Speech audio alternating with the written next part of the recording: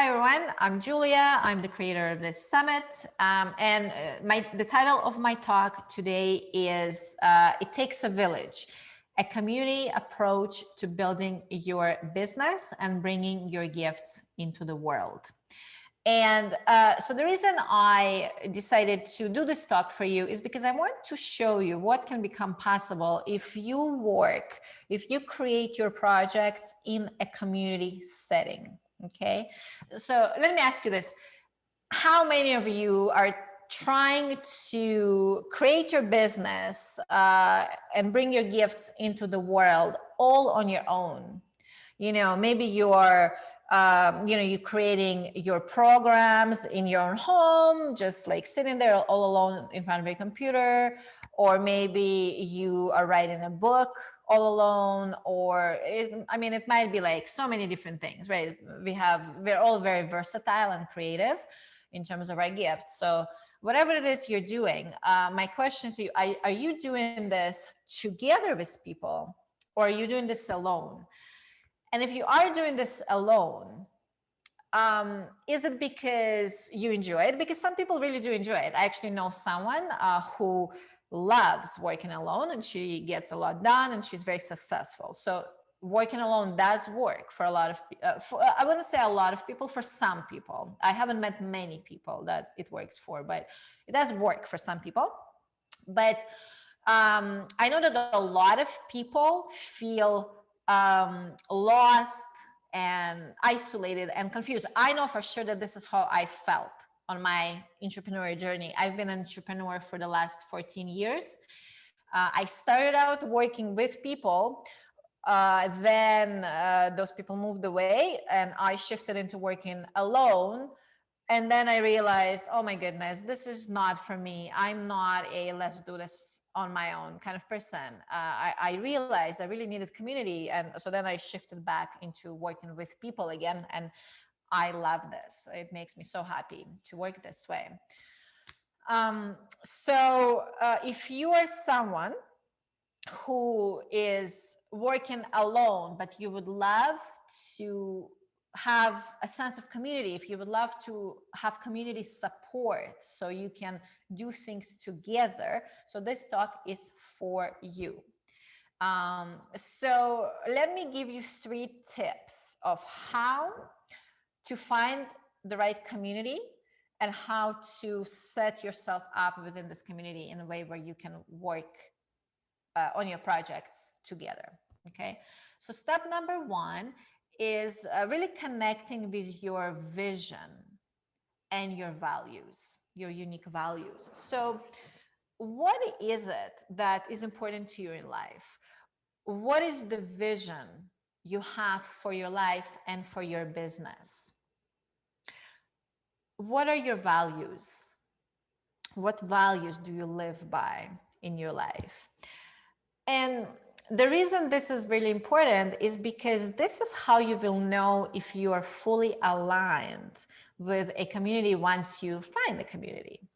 Because if you're not sure, so let's say, okay, so for me, my vision is creating uplifting happiness and well-being on the planet. That's what I love to do, and I've done this in my entire career, like since I started working. In my I started working pretty early, around when I was 15, but like in my professional career, everything I ever done was targeted towards helping to uplift happiness and well-being on this planet. And that's my vision, and those are also my values. My values are kindness and uplifting people and supporting people, and just being authentic and having integrity. So all of those are my values.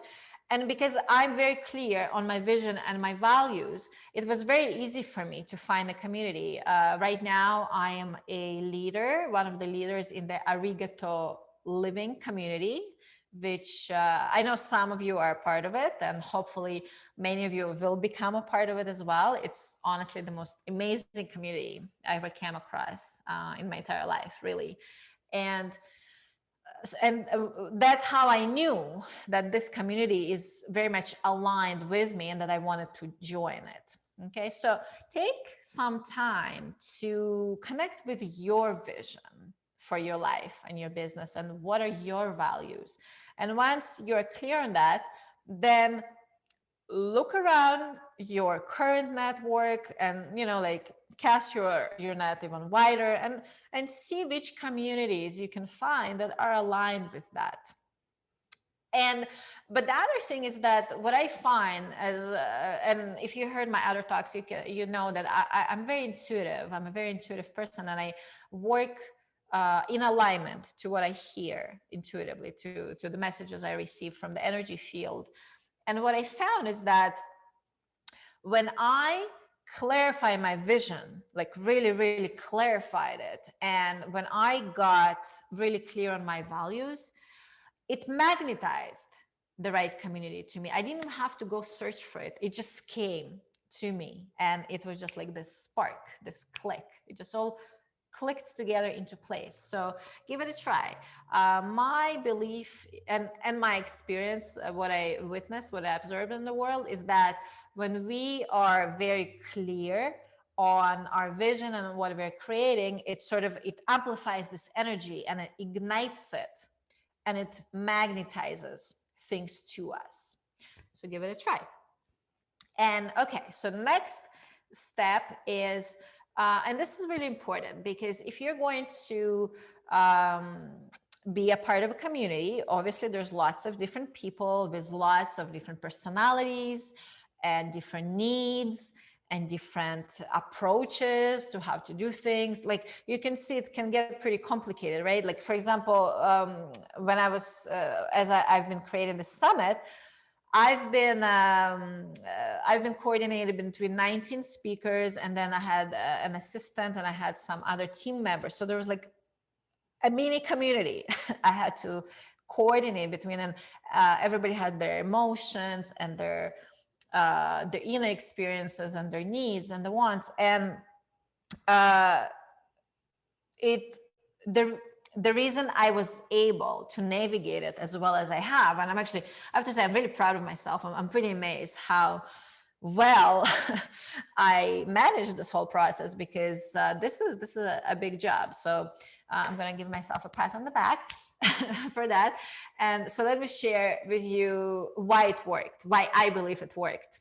The reason for it is because I'm very clear on what I need, and I'm very clear on it, and I know how to regulate myself properly, which means that if let's say, you know how sometimes, like in relationships, even when you really want the best for everybody and you try your best, but like sometimes like tensions could happen. It's not, we actually didn't have any tension in this process, but I know, like in the past I had those experiences. It's like, like someone didn't sleep well enough, or someone's kid is sick and they're like tired and overwhelmed, like so sometimes it's harder to manage certain situations and emotions.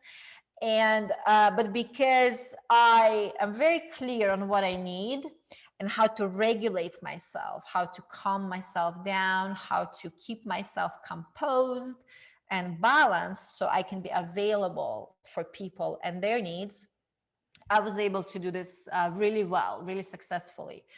So my question to you is, what do you need? What are your basic needs? So let's think about it. Like, so for me, I know that I need to get a certain amount of rest, and I am not able, I mean, I am able, I could if I wanted to, but I'm not willing to work in the evenings, because if I do that, I end up being really like wired, really hyped up, and I can't sleep well after that, which means that not only did I not sleep well, which impacts my health, the next day I'm not really alert enough to do proper work. So because I know that this is my need, I was able to communicate this to my team members and to all the speakers, because like some people actually like to work at night, some people don't have time to work during the day, and I did get requests to work with people at night. But I said, I'm sorry, I can't. And then we found another way to approach the situation. So can you see what I've done? I basically protected my energy. I protected my ability to be able to work properly. And at the same time, I made sure that my relationships are very much intact and supported by rescheduling the work that needed to be done to a different time. Now think about let me give you an example of what could have happened if I did not do this. So let's say I even though I know that I don't do well when I work at night, I would have, let's say, my team members said, "Oh, can we work at night like three days this week?" And I would be like, "Okay." I would get, first of all, what would have happened is that I would be exhausted. I would probably become resentful. If I'm tired long enough, I can become resentful. Of people who like try to get me to do more things. I think it's just human nature, and I would not have been able to accomplish nearly as much as we all accomplished in this project, in this event. So my question to you is that, like, take some time to really sit down and get clear on what do you need in order to be at your best when you interact with other people. Because not only are you doing yourself a favor, you're doing them a favor as well. Because let's say if I didn't protect my energy and I did work at night, I would be pretty probably not as friendly as I was. I probably would be more edgy, less patient. I wouldn't have been able to hold space for my speakers the way they needed me to. And so I've done, by protecting my energy, not only did I do a favor to myself, I've done a huge favor to everybody who were involved in the summit. And as a result, you guys are here and you're able to experience this whole awesome event that we all put together for you. All right, so that's the second tip. And the third tip is it's really important to have really good communication skills. And there's many different communication skills, but let me point out a few that I think are the most important. First of all, you need to communicate clearly. And what I mean by that is that it's almost like what I like to do when I communicate with people on projects is I ask myself, okay, well, how can I say what I need to say in a way where they're going to receive all of the information they need in order to be able to act on it? And I just provide all of that information ahead of time before they have to ask me. I mean, sometimes people obviously have to clarify and ask me more questions, but most of the time what I provide people is enough. And the reason it's so great to do that is, first of all, there's way less frustration in the community, like in relationships, because everybody is actually clear on what needs to be done. And secondly, it actually will save you a lot of time, because just think about times in your life where you said something to somebody and they misunderstood you and you had to go back and explain it again. And then, maybe that caused a delay in some other area in your life. And then the entire thing just becomes this train wreck. Instead, what can be done is if we give very clear information and instructions to people, it can save so much time and effort for everybody. So that's I would say, one of the most important communication skills. And the second, just as important communication skill is be able to have empathic communication with people. Because here's the thing, people are people, right? Everybody has emotions. Everybody has certain likes and dislikes and certain comfort levels with various things. And there needs to be a way to communicate empathically in a way where the other person feels and knows that you understand them and that you care about what they have to say, about what they need. and that there is this actual relationship that is happening. And because that builds trust and that builds safety. And when both of these are present, wow, the things you could create together is just out of this world. It's just absolutely incredible. And in fact, I believe that one of the reasons why this summit came about in the way it did, in this huge, I mean, I up leveled this summit in a huge way from the previous summit, because I've done another summit a year ago. It was much smaller, much less involved. There was like no live interactions planned, nothing. It was just talks. And that's what I've done it on my own, almost on my own. I had an assistant, but for the most part, I was on my own. And the difference here is that I've done this event, all this live interaction, all the interviews we've done, all the talks we recorded. We're still working on a magazine, so that's going to come out soon as well.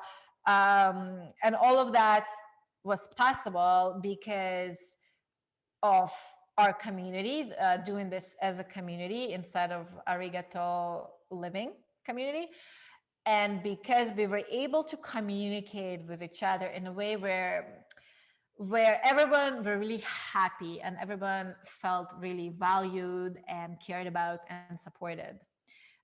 So that's what becomes possible when we work in a community.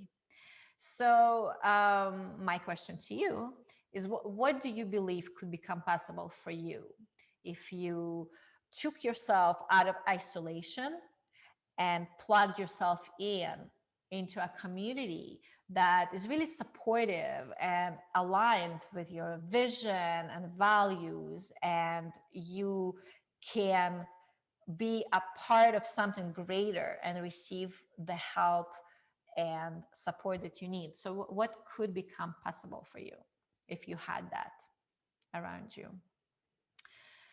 And the second question I want to ask you is, so what is your next step? What can you do today to move towards creating a community around you? What could you do? If you want a suggestion, my suggestion would be to click below and check out the Arigato Living community. That's the community that I kept talking about in this presentation. And we're a group of very, very caring people. It's really the most amazing community I ever came across. There's people are just so kind and friendly and warm and supportive, and there's like very like-minded. We're all into bringing our gifts into the world, happy money, spirituality, conscious living, uplifting happiness and well-being on the planet. That's really what we're all about. So if this resonates, please click on the link below and check us out. And I really hope you'll join us. And if you would like to kind of get plugged into a mastermind where you can work on your business with our support, please check out my group inside of Arigato Living Community. It's called Alive with Possibility, Intuitive Business slash Passion Project Mastermind. I would absolutely love to have you there. So that's it for me. I hope you enjoyed the presentation, and please enjoy the rest of your summit. And I'm looking forward to hearing from you and seeing you in our live events and interactions. And if you wanted to reach out to me and tell me what's opening up for you, or if you have any questions you wanted to ask, just email me at alivewithpossibilitysummit@gmail.com. And I'll be very happy to reply to you and to have an interaction with you. So thank you for being here, and I'll see you later. Bye.